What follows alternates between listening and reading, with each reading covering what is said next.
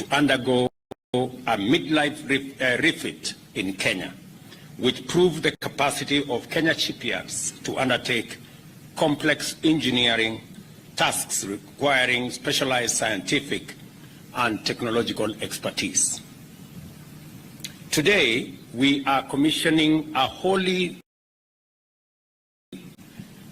newly built merchant marine vessel, once again demonstrating the ability of the Kenya shipyards to build, repair, and maintain ships for local, regional, and possibly international operators. The work of building MV Uhuru 2 and upgrading the Kisumu shipyard has been undertaken by Kenyan professionals in a project which provided many young people with practical shipbuilding skills through apprenticeship and on-the-job training, and was completed within 24 months, and well within its budget.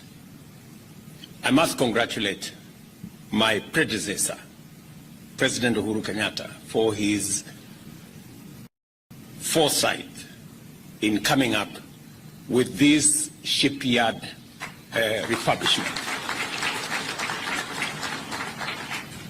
When one morning he asked me for us to visit Kisumu and see what the military could do, when we came here, it was a heap of dirt, wreckage, and old buildings. To see what we are seeing here today is phenomenal. And I must say, both President Uhuru Kenyatta and the leadership of our military, with a lot of foresight, drove this program to where we are today. When I took over office,